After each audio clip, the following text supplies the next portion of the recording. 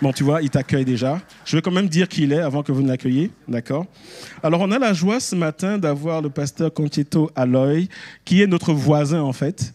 Il nous vient de Jumet, il est le pasteur de Espoir Charleroi. Donc, il est venu en disant, je veux, au nom du Saint-Esprit, donner plein d'espoir à Charleroi. C'est un frère que j'apprends à connaître et depuis peu, nous travaillons ensemble. Et je crois dire que nous nous apprécions. En tout cas, il m'a invité chez lui, donc je pense que c'est parce qu'il m'apprécie. Et donc, on a des temps fraternels. Voilà. Il ajoute vraiment, il m'apprécie, il prie pour moi, je prie pour lui. Et c'est la première fois que tu viens prêcher ici, je crois. Pardon? C'est la première fois que tu viens prêcher ici? Le dimanche, oui. Tu es déjà venu avec les jeunes déjà, voilà. Alors, c'est un homme, comment je veux dire? C'est un homme qui est un fou furieux de Jésus. D'accord? C'est un homme qui aime bouger pour Jésus, il ne se donne pas de... Ouais, il est d'accord, il dit... voilà. Et il a une femme super douce pour mettre un peu d'eau froide quand il est trop chaud. Et donc, je vais demander à Stéphanie de se lever. Tu es la bienvenue également. Bienvenue parmi nous. Dieu bénit leur ministère, l'église de Jumet est en pleine croissance et nous sommes heureux de l'apprendre. Ils sont venus avec leurs 2 enfants, Abigail et Noah, qui sont avec les enfants. Et maintenant, je vais te laisser toute ta place. Que Dieu te bénisse. Tu as ton micro? Ok. Est-ce que tu connaissais tout ça par cœur? Oui.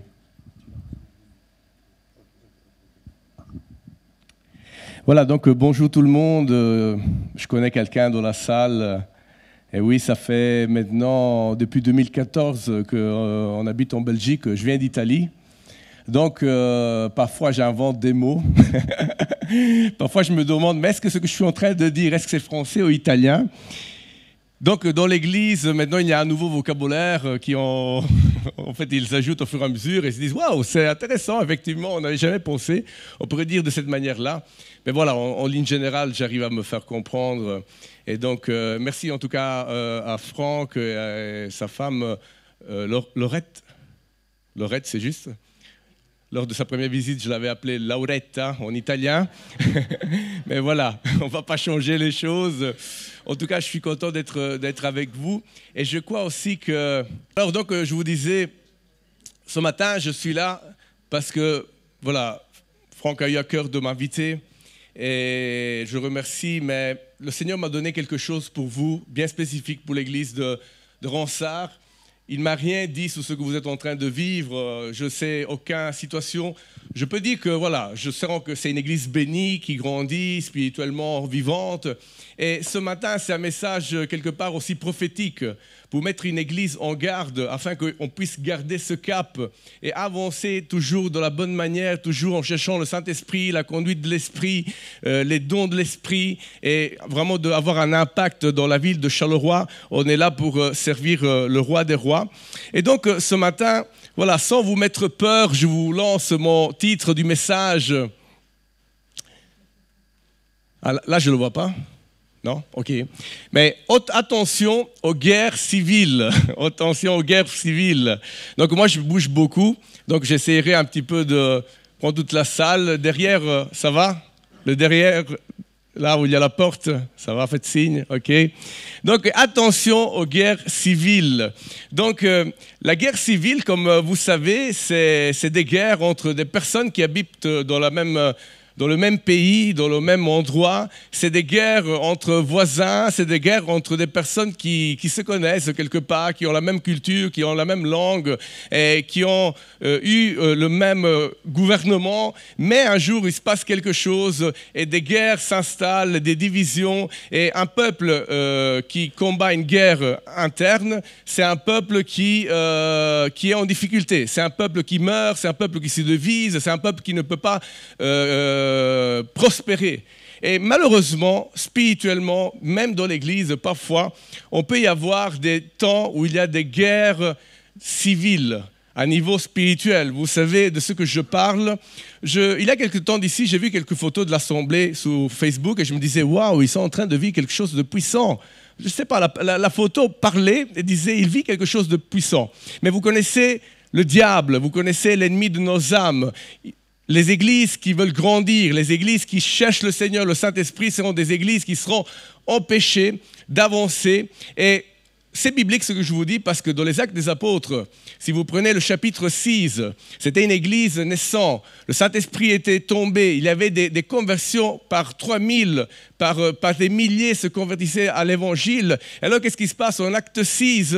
Il y a le diable qui arrive et il commence à s'aimer de la zizanie entre les veuves. Il y avait un service de banque alimentaire, on pourrait dire, on donnait un colis alimentaire. Alors les veuves d'origine grecque se plaignaient parce qu'on avait un œil de faveur envers les femmes d'origine juive. Donc il y avait des divisions.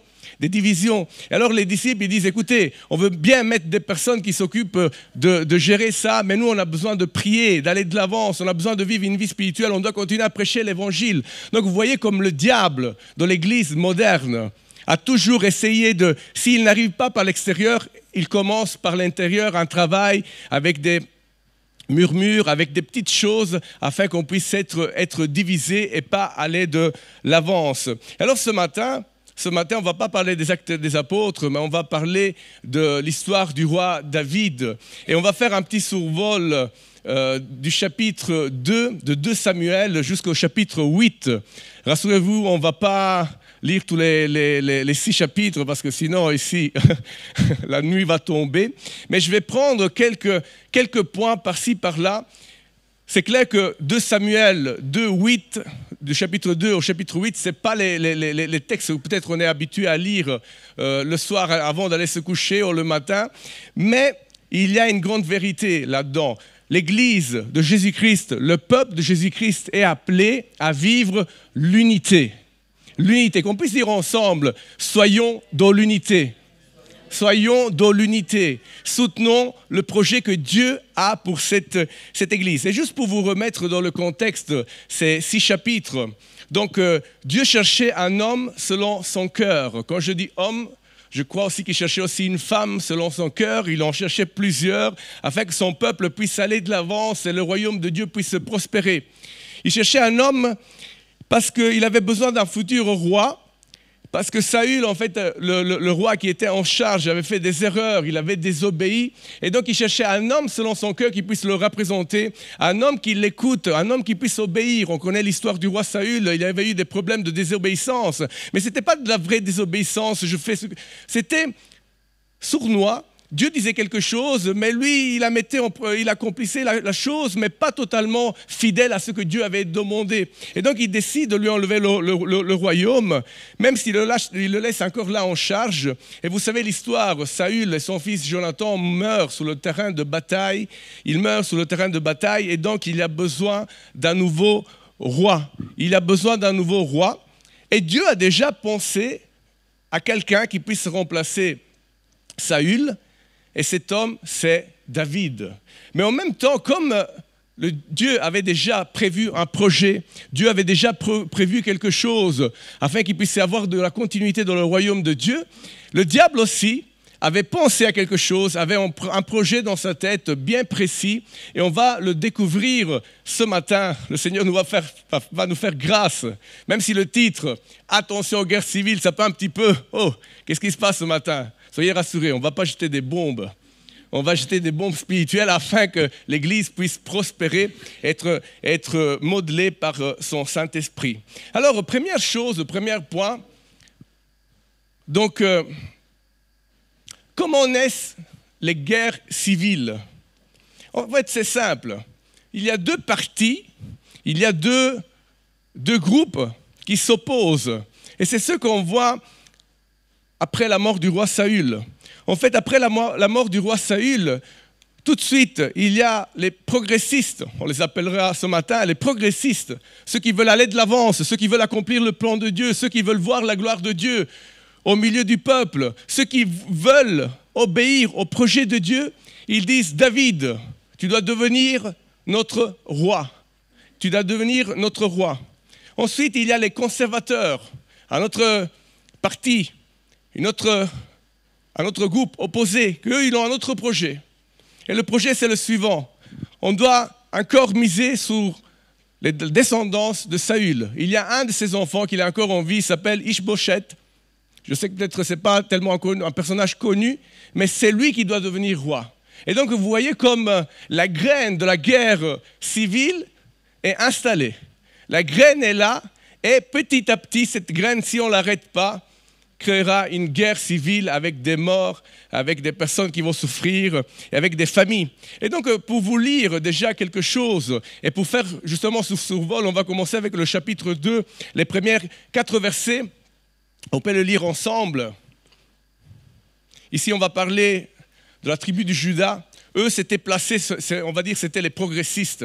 Ils voulaient avancer dans le royaume de Dieu et eux veulent accomplir la volonté de Dieu. Ils savent que c'est David, c'est lui le roi qui était le prochain roi. Et donc, après cela, c'est après la mort de Saül, David consulta l'Éternel en disant « Dois-je monter dans une des villes de Juda ?» parce qu'il a su que Saül et Jonathan sont morts. L'Éternel lui répondit « Monte, David, monte. Où dois-je monter ?» Et l'Éternel répondit à Hébron. David y monta alors que ses deux femmes, avec ses 2 femmes, Achimoa de Jizreel et Abigail de Carmel, la femme de Nabal. David y fit aussi monter ceux qui étaient à ses côtés, chacun avec sa famille, et ils habitèrent dans les villes qui dépendaient d'Hébron. Les hommes de Juda virent cela,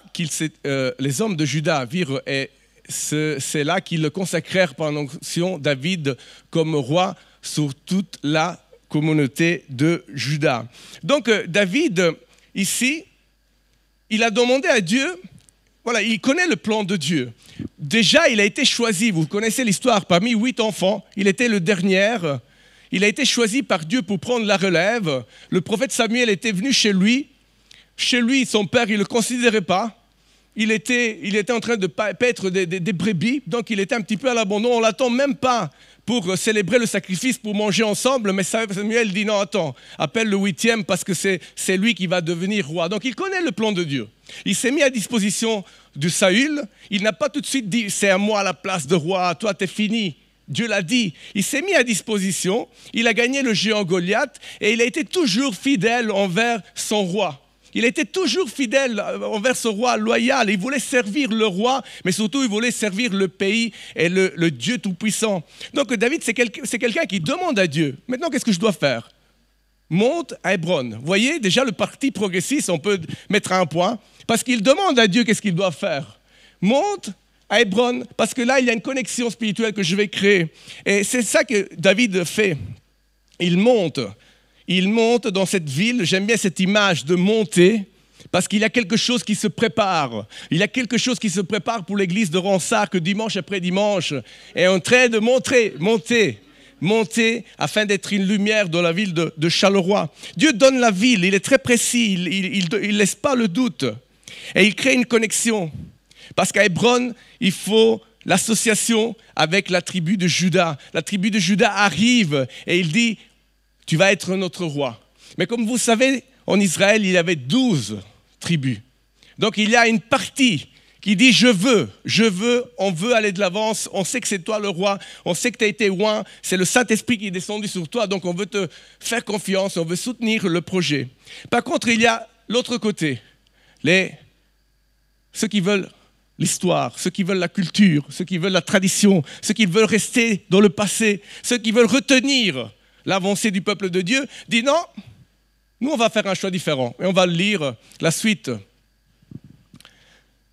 Cependant, Abner, donc fils de Ner et chef de l'armée, donc c'était un général de l'armée de Saül, le roi qui était mort, avait pris Ish-Boshet, le fils de Saül, et l'avait fait passer à Manaïm. Il avait proclamé roi sous Galad, sous les Assérites, sous les Jisraël, sous Éphraïm, sous Benjamin et sous tout Israël. Ish-Boshet, fils de Saül, était âgé de 40 ans lorsqu'il devient roi d'Israël et il régna 2 ans. Donc vous voyez ici, il y a les opposants.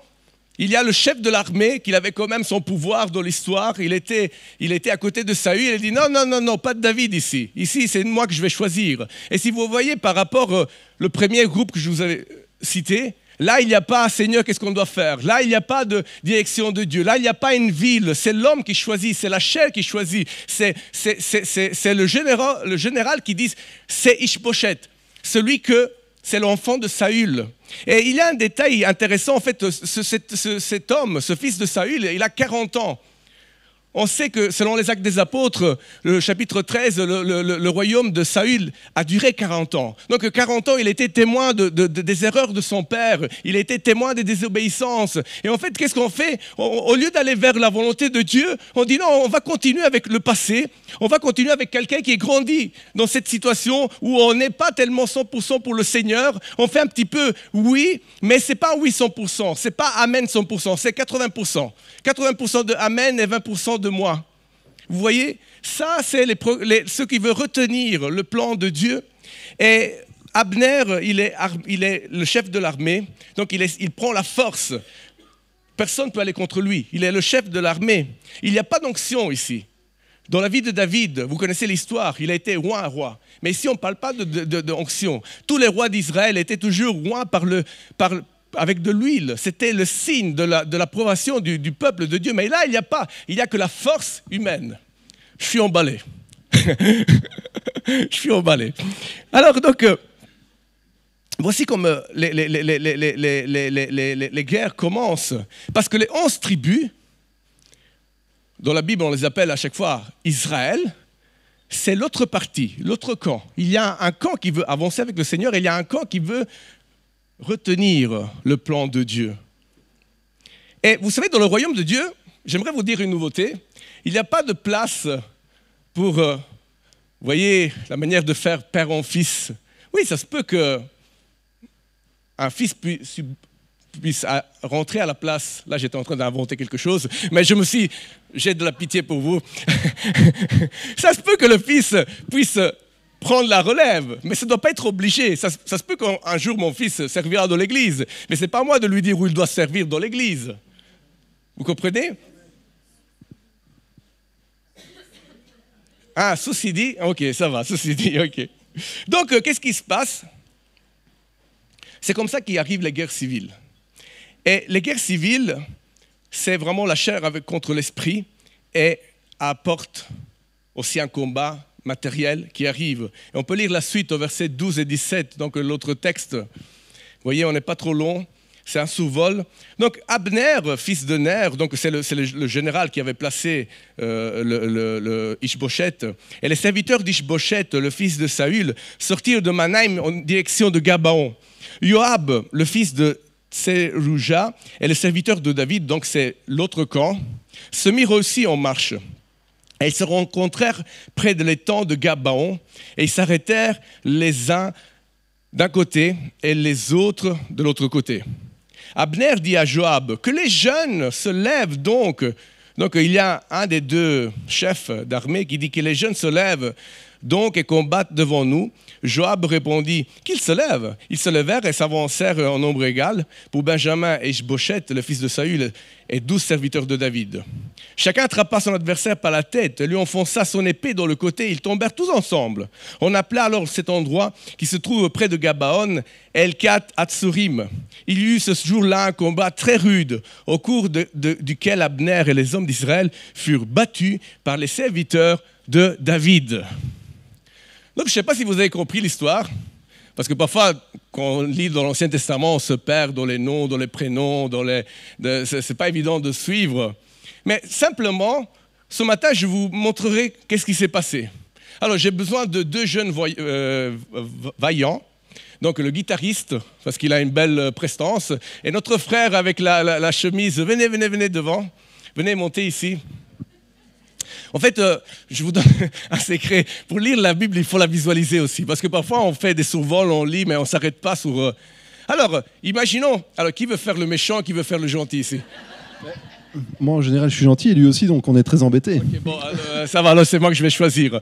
Alors, imaginez que lui, il fait partie des méchants. Parce qu'il a une prestance, la barbe, vous voyez. Non, ben, je suis sûr que... Ah, ouais, c'est des clichés parce que dans les yeux, on voit l'amour de Jésus. Et donc après, on a lui. Donc d'un côté, on a Abner, donc ceux qui veulent retenir l'histoire, et de l'autre côté, on a Joab, ceux qui veulent avancer. Donc c'est les 11 tribus contre la tribu de Juda. Et donc dans le texte, on l'a lu. En fait, les deux chefs d'armée, ils disent, écoute, on va faire à l'amiable, comme Vous voyez l'histoire de David et Goliath.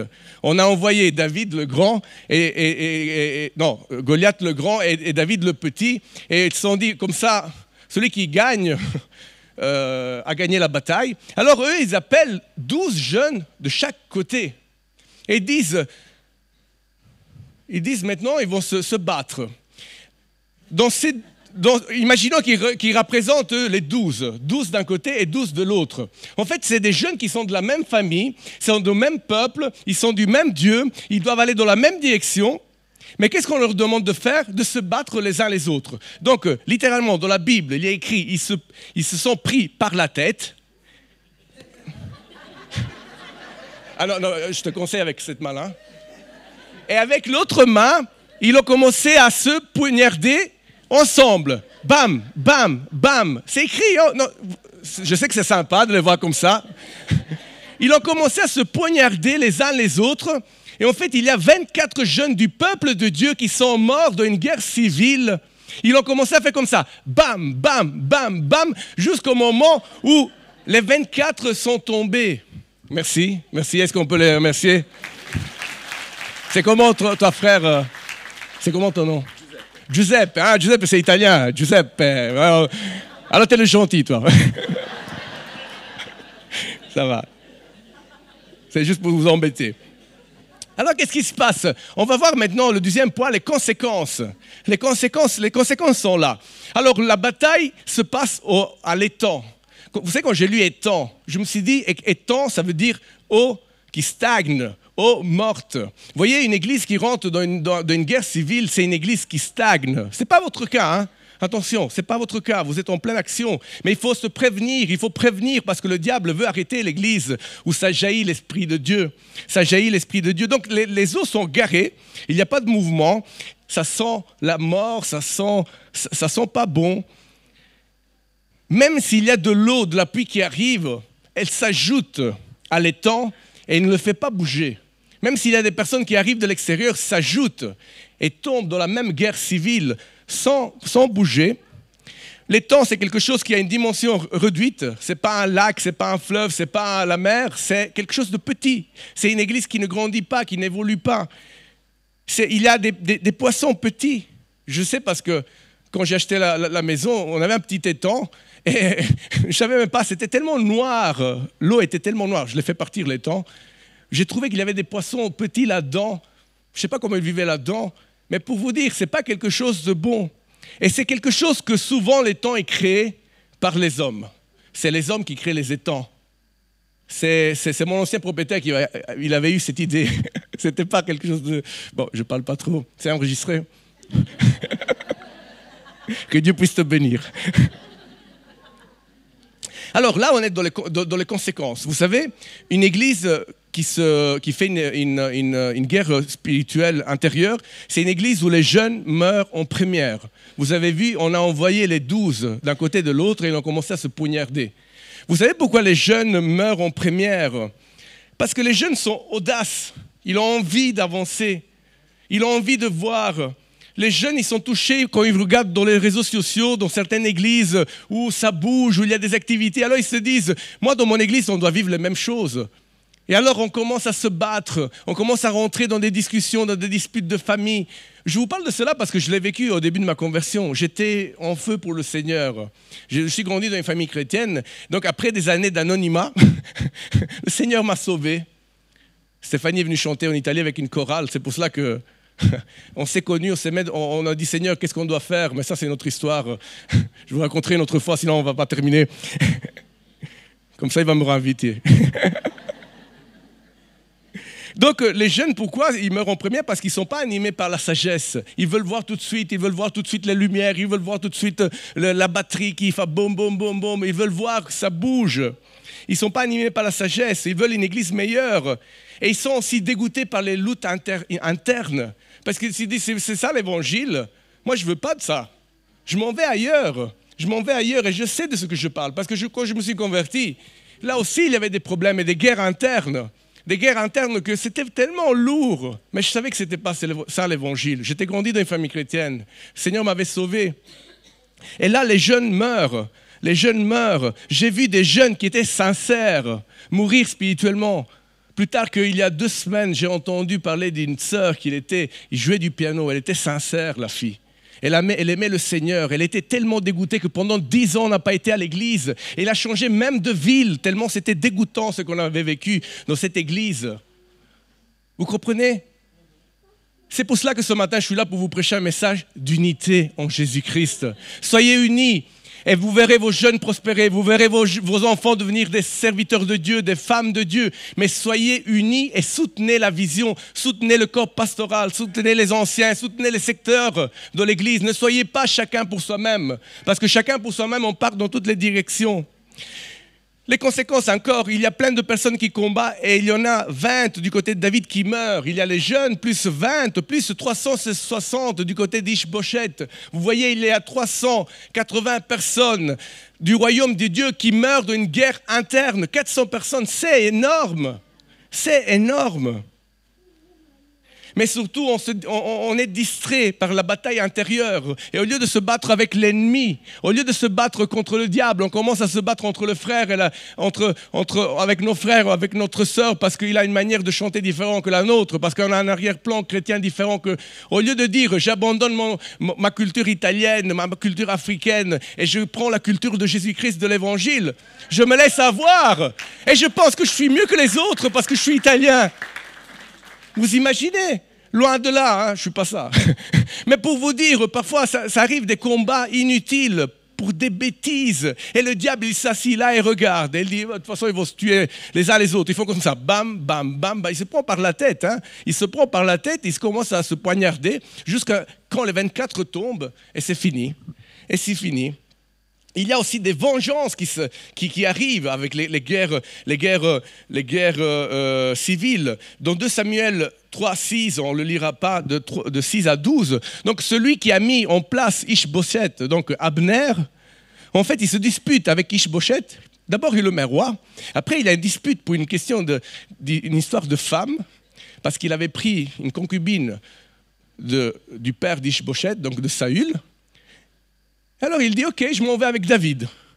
D'abord il le met roi, d'abord il crée la guerre, d'abord il donne rendez-vous à l'étang, et ensuite il dit, ok, je m'en vais, je vais du côté de David. Et l'église se divise, et le peuple se divise. Abner, il meurt par vengeance, parce que dans la guerre de l'étang, vous pourrez le lire, j'espère, dans la guerre de l'étang, en fait, il tue un des frères de Joab, l'autre général de l'autre côté. Et donc, il y a une vengeance. Joab, il attend des mois et des années afin de...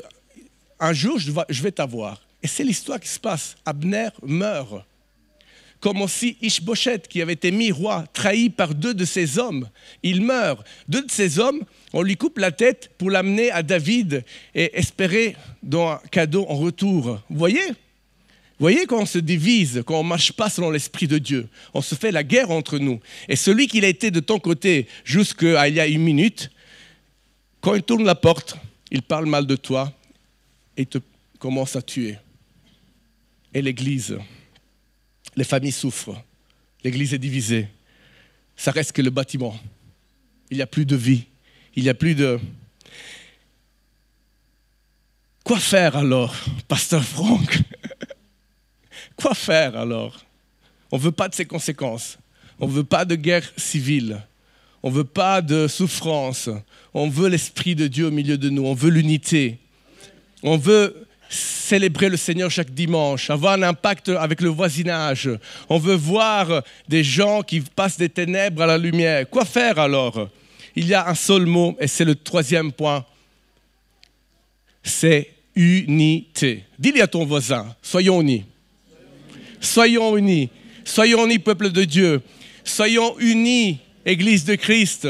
Qu'on puisse aller tous dans la même direction. Dieu a placé des autorités dans l'Église. Dieu a placé des frères, des sœurs, responsables de secteur. Respectons tout le monde, même celui qui vient ouvrir et fermer l'Église. Dieu l'a placé là. Les pasteurs lui donnent de confiance. Respectons notre frère. Ayons du respect.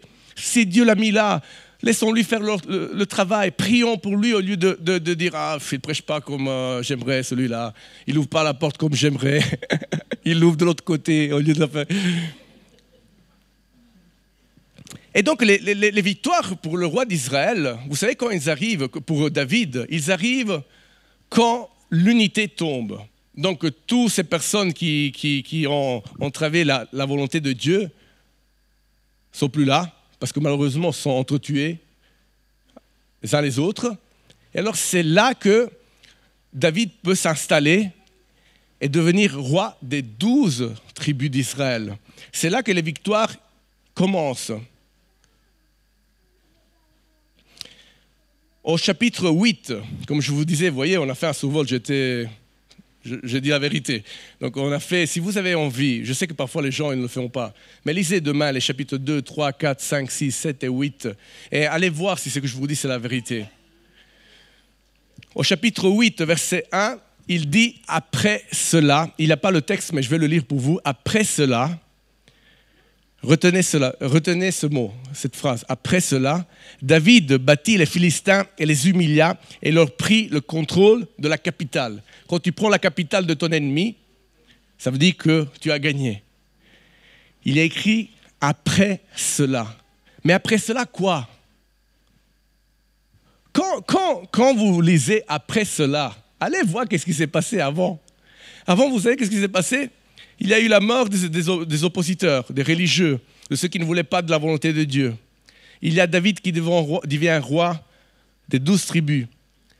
Il y a l'armée qui se lève de l'unité. Il n'y a pas deux armées. Il n'y a pas l'armée de Juda et l'armée des 11 tribus. Il y a une seule armée qui combat dans le nom du Seigneur. Mais surtout, l'arche de l'Alliance revient à Jérusalem. Vous pourrez le lire, je ne sais pas si c'est le 7 ou le 6. L'arche de l'Alliance, la présence de Dieu, revient au milieu d'un peuple dans l'unité. Je crois que le Seigneur est là. Comme il a dit Franck, je crois qu'il remplit ce lieu. Il a baptisé de l'Esprit. Mais gardons avec amour, sensibilité, la présence de Dieu. Une église sans présence de Dieu, on ne peut même pas l'appeler presque église. Il y en a tellement autour de nous, églises vides, mais nous, on ne veut pas tomber dans ce piège, on veut que l'Esprit soit là pour nous conduire. Et après cela, et là je vous ai mis le verset, il y a quelque chose de magnifique. Après cela, tu peux mettre l'image. Donc c'est Jean 17, 11. Parce qu'il y a un après cela pour David, mais il y a aussi un après cela pour le peuple de Dieu, l'église de Jésus-Christ. Vous savez pourquoi? Parce que Jésus est venu sur la terre, il est né. Et regardez qu'est-ce qu'il dit Jésus dans la prière sacerdotale, un des derniers moments avec les disciples où il est dans la présence de Dieu, il prie. En Jean 17, Père Saint, il parle ici, il parle dans cette prière de ses disciples, qui savent qu'après sa mort doivent affronter les religieux, les Romains, les persécutions. Père Saint, garde-les en ton nom, ce nom que tu m'as donné afin qu'ils soient un comme nous. Après l'histoire de David, il y a l'histoire de Jésus-Christ. Un Jésus qui a voulu l'unité. Un Jésus qui a dit, Père, je prie afin que les 12 soient un comme nous. Pourquoi il peut le dire? Parce que lui, il est un avec Dieu.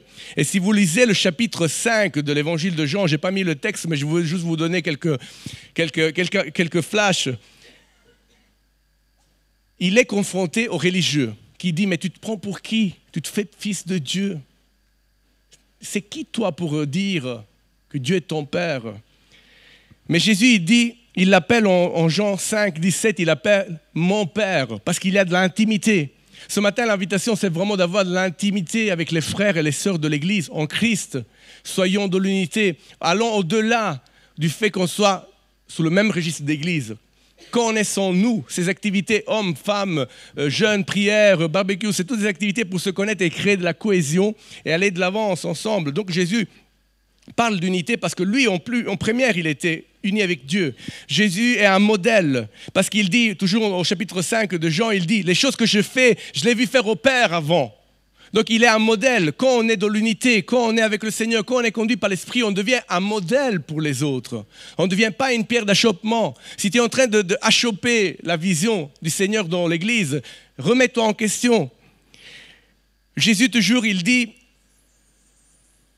j'écoute les paroles de mon Père, parce que les paroles de mon Père donnent la vie éternelle, toujours au chapitre 5. Donc vous voyez, quand l'Église est unie, comme Jésus a été uni avec le Père, il y a du salut, il y a des âmes qui s'ajoutent. Et enfin, Jésus dit, j'ai écouté le Père, il a fait sa volonté, il est arrivé jusqu'à la croix au moment opportun, quand Dieu disait, vas-y, il a été. Et il a fait ce qu'il devait faire. Donc vous voyez comme l'unité, c'est primordial. Et l'unité dans l'esprit, l'unité dans l'Église, c'est la seule arme pour pouvoir combattre l'ennemi de nos âmes. Et l'unité, c'est un moyen d'évangélisation aussi, parce que dans Jean 13, 34, il dit, qu'est-ce qu'il dit? Je vous donne un commandement nouveau, tuez-vous les uns les autres. Non, il dit, aimez-vous les uns les autres, c'est à cela qu'ils verront que vous êtes mes disciples, dans l'unité. Si moi je viens ici et je trouve qu'un frère se dispute avec l'autre, est-ce que vous pensez que j'ai envie de venir ici? Est-ce que vous pensez que j'ai envie de faire partie de votre famille? Il y a tellement de problèmes déjà dans la société. Donc, l'unité, c'est un moyen d'évangélisation. Et ce matin, j'aimerais te dire, Jésus t'a choisi. Ce n'est pas moi qui le dis, toujours dans l'évangile de Jean. Ce n'est pas vous qui vous m'avez choisi au chapitre 15. Mais moi, je vous ai choisi et je vous ai établi afin que vous alliez et que vous portiez du fruit et que vos fruits demeurent, afin que vous demeurez au nom du Père. Ce que je vous commande, c'est de vous aimer les uns et les autres. Et le peuple de Dieu dit Amen. Amen. C'est magnifique l'unité. L'unité dans le mariage. C'est clair que si tu n'es pas uni avec ta femme, ça sera difficile que tu es uni avec ton église. Sois davantage uni avec ta femme et ton mari. Sois davantage uni avec ceux de ta famille. Sois davantage uni avec tes enfants. Occupe-toi de tes enfants. Et tu verras que cette même unité que tu as dans la famille, tu vas la transposer dans l'église. Parce que l'église, c'est le corps de Christ formé de plein de petites églises. Ma famille, Aloy, pas avec Y, comme vous avez écrit sur Internet, dans la publicité, ma famille doit être unie pour pouvoir avoir une église unie. Parce que si dans ma famille, je suis déjà disputé avec ma femme et mes enfants, vaut mieux arrêter et laisser la place à quelqu'un d'autre. Jésus t'a choisi. Et pour terminer, en conclusion, ça va, là on est dans le temps, je pense. Ça va? En tout cas, ici, je vois que vous n'êtes pas pressés. Donc on va continuer encore 2-3 heures. Vous faites des veillées de prière, donc vous êtes forgés dans vous en voulez vraiment. Donc, je reviens avec le chapitre 8, verset 1. Après cela, David battit les Philistins et les humilia. Oh là là, c'est magnifique. Tout le monde voit l'humiliation des Philistins. Les Philistins, vous savez, toujours ennemis d'Israël. Chaque fois qu'il y a quelque chose, il y a toujours les Philistins en train de déranger, de opposer, de conquérir. Mais là, c'est la victoire pour le peuple de Dieu dans l'unité. Après cela, après que la présence de Dieu à travers l'arche était revenue à Jérusalem, après que le peuple de Dieu et l'armée étaient une seule, avec une seule tête, Jésus-Christ, et avec des mandataires du plan de Dieu, Dieu a choisi des pasteurs, des anciens, des moniteurs, des leaders, des frères et sœurs qui servent à tout niveau dans l'Église. Et la nouvelle magnifique, c'est que ce n'est pas une place figée pour toute l'éternité. Quand l'Esprit est là, on peut même grandir, on peut aller de l'avance, toujours dans le respect, dans l'amour. Dieu ouvrira des portes. Vous savez pourquoi? Parce que d'abord, il dépose des choses dans votre cœur. Et après, votre assemblée locale, votre pasteur, vos anciens, ils disent, lui, il est appelé à prêcher. Lui, il est appelé à aller dans les nations pour prêcher l'évangile. C'est ce qu'il a vécu David. David, quand j'ai découvert qu'il a été roi, et après il a attendu des années avant de devenir roi, quand j'ai compris ce détail, ça a changé toute ma vie. Je parle d'un niveau spirituel. Vous savez, parfois, il y a des pensées qui arrivent et ils disent, ils ne me voient même pas, mon pasteur. J'ai vécu ça. Ils ne me voient même pas et on me voit même... Mais là, je me dis, Seigneur, tu es au contrôle, tu as été au contrôle, tu m'as ramené d'Italie, j'étais en Italie, j'étais perdu. je n'avais rien à voir avec l'évangile. J'étais gendarme. Toute une autre vie, mais tu m'as appelé et tu as placé sous mon chemin des connexions divines avec des hommes qui ont confirmé ce que tu avais déposé dans mon cœur. Donc ne sois pas craintif, ne sois pas dégoûté. Sache attendre le temps de Dieu, il est toujours le meilleur. Et j'aimerais dire ce matin, j'ai ressenti quelque chose dans l'esprit hier soir quand je finalisais ce message. Vous êtes à un moment charnière de l'Église. En fait, là, vous êtes en train de... Vous avez vécu une croissance, maintenant vous êtes stable, vous avez une vitesse de croisière, mais maintenant c'est le moment de faire basculer dans quelque chose de nouveau, toujours pour le royaume de Dieu. Donc c'est vraiment un moment charnière où l'unité fera que vous pourrez passer au niveau supérieur. Vous avez le potentiel, vous avez les ministères, vous avez le local, vous avez le parking. L'air de rien, le parking, c'est une bénédiction pour faire les activités. Vous avez tout ce qu'il faut, vous avez l'Esprit de Dieu avec vous, vous avez la Pentecôte avec vous. Donc c'est un moment charnière dans l'histoire de cette Église, afin que ça puisse éclater pour la gloire de Jésus-Christ. Et donc je vous invite ce matin à considérer ce message et à dire, je veux être de l'unité, je veux arrêter d'être méfiant envers mon frère, ma sœur, penser que moi je sais faire mieux. Je veux être de l'unité parce que ces pensées arrivent. Et quand ils arrivent, dis non, ça ne vient pas de Dieu. Dieu veut l'unité. Jésus a prié afin qu'on soit un. Parce que vous savez, dans cette prière sacerdotale, il dit, je prie pour ces 12-là. Mais je prie aussi pour ceux qui entendront la parole de ces 12-là. Et ces personnes qui entendront, c'est nous. Il dit que tu puisses les garder, tu puisses être unis. Qu'ils puissent être unis. Et donc, on va fermer les yeux. Et j'aimerais vous inviter à changer de position, à vous lever. Ce matin, ce message n'est pas là pour détruire, pour dire qu'il y a des divisions, pour dire qu'il y a des disputes, mais il est là pour dire, c'est un moment charnière de l'histoire de l'Église, vie nouvelle, c'est un moment charnière, c'est un moment qu'on doit vivre dans l'unité. Et c'est magnifique de voir autant de cultures représentées. Il y a des Africains, il y a des Belges, il y a des Européens, il y a des personnes qui viennent de partout. C'est ça l'unité en Jésus-Christ. Mettre de côté notre arrière-plan afin d'aller de l'avance. Et donc ce matin, si tu veux te unir à ce projet d'unité, tu puisses lever la main et dire « Seigneur, baptise-moi du Saint-Esprit afin que je puisse servir. Seigneur, montre-moi qu'est-ce que je dois faire. Seigneur, donne-moi une confirmation que ce que je vis dans mon cœur, les autres, ils le voient aussi.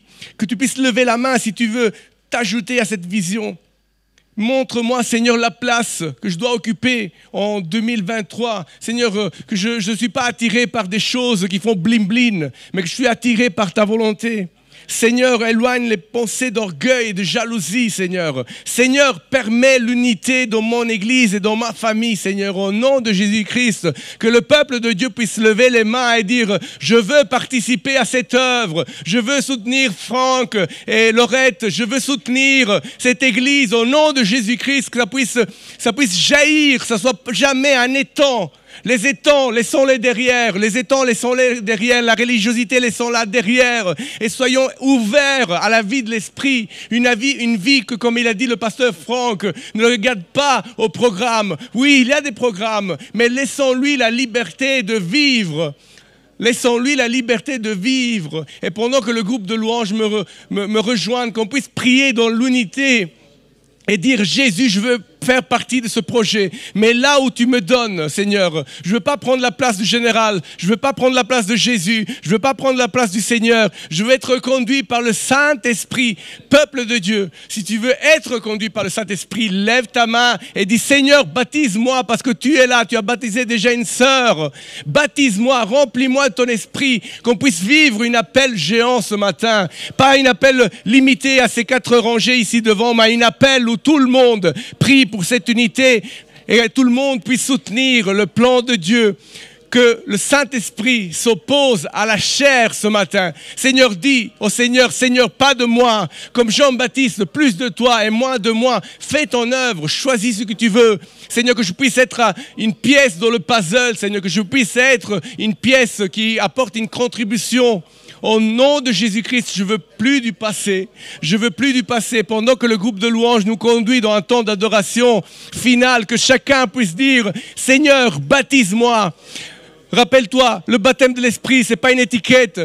Il faut le baptême de l'Esprit, recherche le baptême de l'Esprit, comme Jésus a dit, restez à Jérusalem, recevez le baptême de l'Esprit, et après, allez jusqu'aux extrémités de la terre, seulement après. Seulement un homme et une femme remplis de l'Esprit peut arriver jusqu'aux extrémités de la terre. Seulement une femme remplie de l'Esprit peut toucher une femme dans le désespoir. Seulement un homme rempli de l'Esprit peut toucher un homme en difficulté dans des eaux stagnantes. Au nom de Jésus-Christ, au nom de Jésus-Christ. Et j'inviterai aussi les pasteurs ici de l'église, les anciens, si Franck le permet, à venir ici devant, monter sur scène et qu'ensemble on puisse prier. Si les pasteurs peuvent me rejoindre, cette église, les anciens, ici devant, et qu'on puisse prier les uns pour les autres, les pasteurs pour l'église pour les pasteurs, qu'on puisse être une famille qui se soutient, qu'on puisse vivre une Pentecôte nouvelle ce matin, au nom de Jésus-Christ, sans jalousie, sans division, au nom de Jésus-Christ. Alléluia, sois béni, alléluia, gloire à toi Seigneur, sois béni, qu'on puisse se lever les mains. Ta présence, nous avons besoin de toi. Qu'on puisse chanter à l'unisson, en signe d'unité. Immense lieu de ta présence, nous avons besoin. Que le Saint-Esprit puisse descendre. Alléluia. Immense lieu de ta présence. Qu'on puisse chanter, qu'on puisse entendre notre voix, même à l'extérieur, comme à Pentecôte. Nous avons besoin de toi, Jésus. Alléluia. Ce lieu de ta présence vient détruire les œuvres du diable, Jésus. Nous avons besoin, viens renverser les faux raisonnements, les autorités. Qu'on puisse aller en crescendo, Ce lieu de ta présence. Nous avons besoin, viens Esprit. Allez, au nom de Jésus.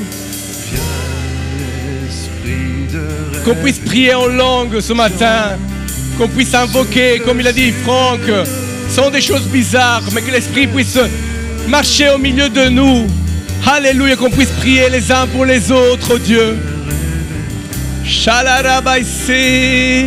Keila mai santi Jésus, Reke baisaya, Alléluia, Keila ya bai santa Jésus, Alléluia. Nous avons besoin de toi. Alléluia, Shaila rabaisaya, Ce lieu de ta présence. Hey, la rabaissé, nous avons besoin de toi. Viens Esprit, viens Esprit de révélation. Esprit de révélation, montre-nous les choses afin de ne pas faire des erreurs. Alléluia, souffle. Un esprit de révélation.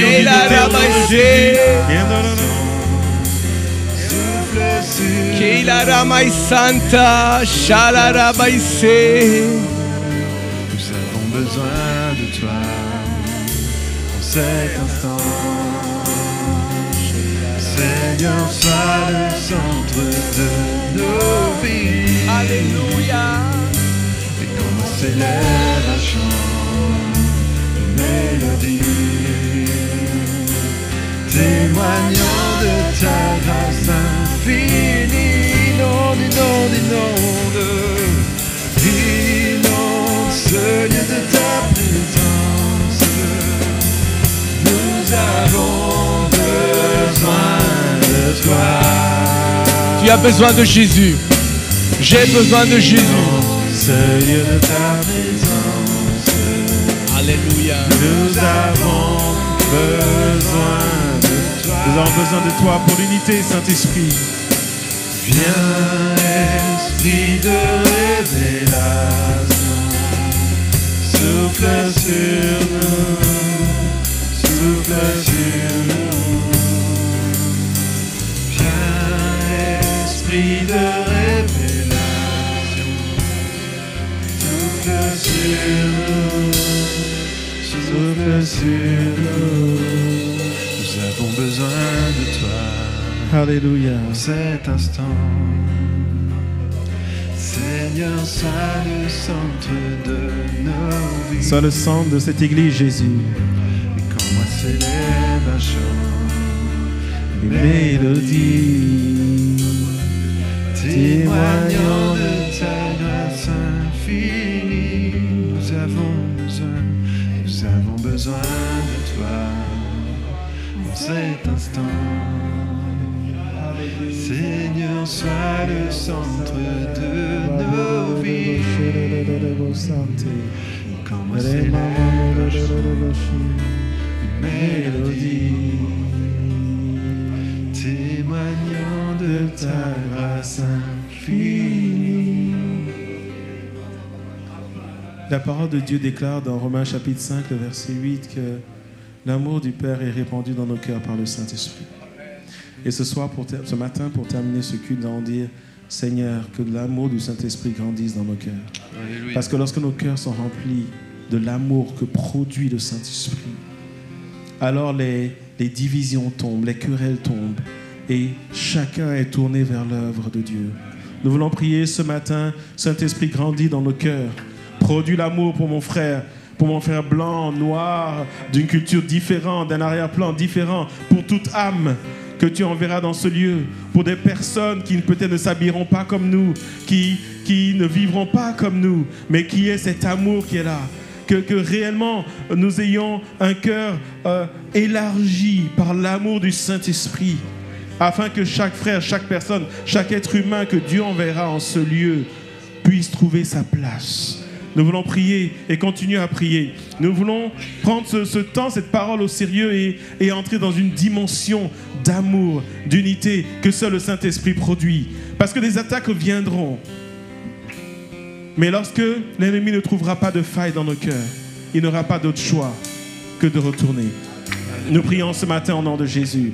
Alléluia. Saint-Esprit produit l'amour dans nos cœurs. Est-ce que chacun peut dire ça? Saint-Esprit produit l'amour dans mon cœur, pour mon frère, pour les responsables, pour ma soeur. Saint-Esprit produit cela. Est-ce que chacun peut dire Saint-Esprit produit l'amour dans mon cœur? Au nom de Jésus, l'amour produit l'unité. Nous voulons prier ce matin dans le nom de Jésus. Alléluia. Alléluia. Au nom de Jésus. Saint-Esprit, tu dis que l'amour de Dieu est répandu dans nos cœurs par ton action. Saint-Esprit, produis cela ce matin. Produis cela ce matin au nom de Jésus. Produis cela ce matin au nom de Jésus. Alléluia. Fais-le, Seigneur. Ce matin, nous voulons tenir sur ta parole, Seigneur. Et nous voulons être comme toi tu étais avec le Père Jésus. Alléluia. Alléluia.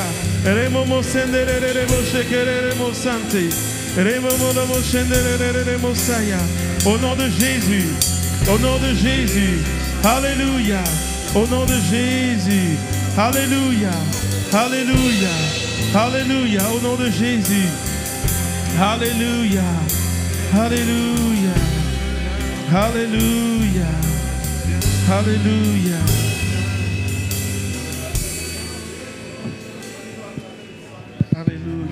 Alléluia. Le Seigneur me met à cœur vraiment fort. Si tu veux rentrer dans ce projet de Dieu, vraiment commence de ta famille, dans ton couple, dans ton mariage. Ne commence pas si à la maison tu es disputé avec ton papa, ta maman, ton cousin, ton frère. D'abord, réconcilie-toi avec ceux de ta maison et ensuite rentre dans le projet de Dieu. Alléluia. Parce que notre maison, notre famille, notre noyau familial, c'est là notre première église, notre première maison. Comme Josué, on puisse dire, moi et ma maison, nous servirons l'Éternel. Alléluia. Alléluia. Seigneur, tu ne parles pas en vain. Et ce matin, Seigneur, alors que nous nous tenons tous dans ta présence, je prie, Seigneur, que par l'œuvre du Saint-Esprit, des comportements changent. Seigneur, les couples qui sont en ce lieu et qui sont en conflit, crée l'humilité afin qu'il y ait le pardon, afin, Seigneur, qu'il y ait réparation. Viens guérir, Seigneur, le cœur des femmes qui souffrent. Viens guérir le cœur des maris qui souffrent. Seigneur, que ça ne reste pas dans la dimension de l'intention, que ça descende dans les cœurs par le Saint-Esprit. Seigneur, je prie que les parents qui ont irrité leurs enfants aillent vers leurs enfants. Je prie que les enfants qui n'obéissent pas à leurs parents reviennent dans une attitude d'obéissance. Seigneur, je prie que par le sceau du Saint-Esprit, tu visites les familles, Seigneur, représentées en ce lieu. Je prie pour un souffle nouveau. Je prie pour une visitation du Saint-Esprit. Je prie que des forteresses d'orgueil tombent. Je prie, Seigneur, que tu convaincs les cœurs ce matin. Seigneur, nous sommes tellement prompts à regarder pour les autres. Amène-nous à regarder pour nous.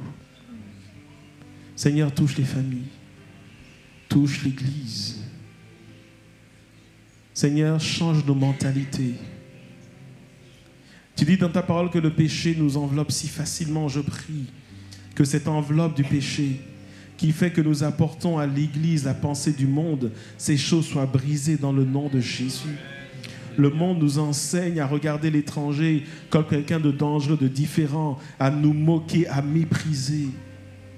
Le monde nous enseigne à nous comparer, mais je prie sur l'autorité de la parole que tu nous as donnée aujourd'hui, que tu crées des chemins différents. Seigneur, renverse ces forteresses d'hypocrisie. Nous nous sourions, mais il y a au fond des choses qui sont là. Le monde nous a forgés comme cela, mais je prie que ces forteresses tombent dans le nom de Jésus. Seigneur, merci pour une église unie que tu veux lever en ce lieu. Nous avons entendu ton avertissement et donne-nous de travailler. Donne à chacun d'être repris s'il le faut dans son sommeil, afin, Seigneur, que nous soyons un en toi et que, Seigneur, nous ne perdions pas du temps à nous faire du mal, mais que nous puissions nous concentrer sur l'ennemi de nos âmes, afin qu'en ton nom il soit défait parce que nous serons un. Merci pour cette leçon qui nous montre que tant qu'il y avait des querelles internes, les Philistins n'étaient pas battus. Seigneur, je prie que tu bénisses ton serviteur pour cette parole, que tu bénisses sa famille et son ministère. Et la parole qu'il nous a apportée, Seigneur, qu'il le vive lui-même dans son église, dans une dimension d'unité, de croissance. Nous les bénissons en ton nom. Merci, Seigneur, dans le nom de Jésus. Et le peuple de Dieu dit Amen. Je prie.